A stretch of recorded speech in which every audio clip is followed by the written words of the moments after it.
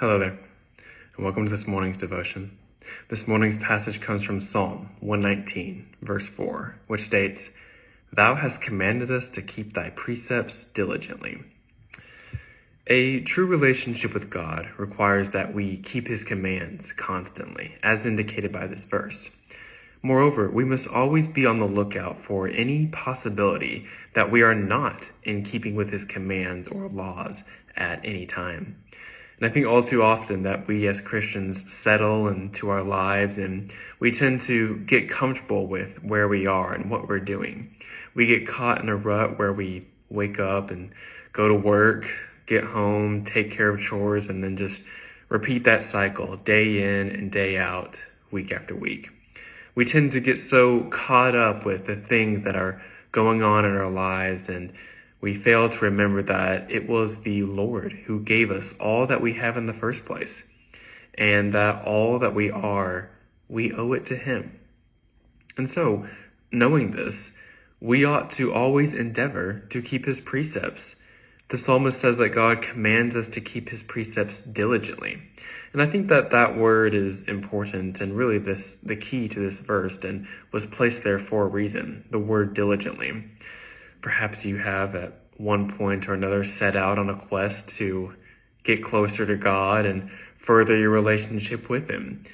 But at some point along the way, you fell by the wayside and got stuck back in the old rut that you were living in, where you were just working and going to work and taking care of chores and neglecting your Christian faith and walk.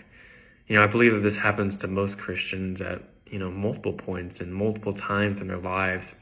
We do not keep the Lord's precepts diligently.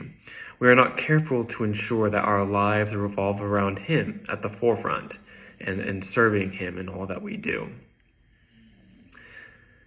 But you see, God commands us to keep his precepts for our own good. He commands us to follow him for our own sake.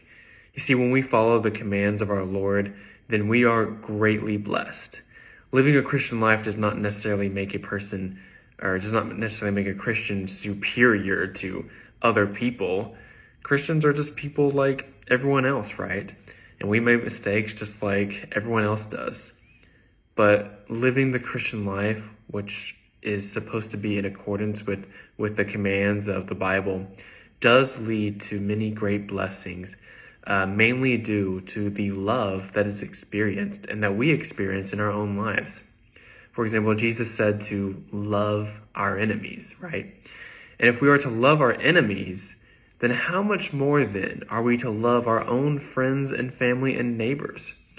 Jesus also spoke saying that, by this shall all men know that ye are my disciples, if ye have love one to another.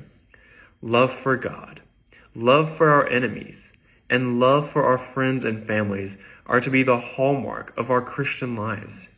When other people speak about us, they should be amazed by how much we love other people. For the law of love is a precept that we are to keep diligently. Thank you for joining this morning, and I pray that you have a blessed day.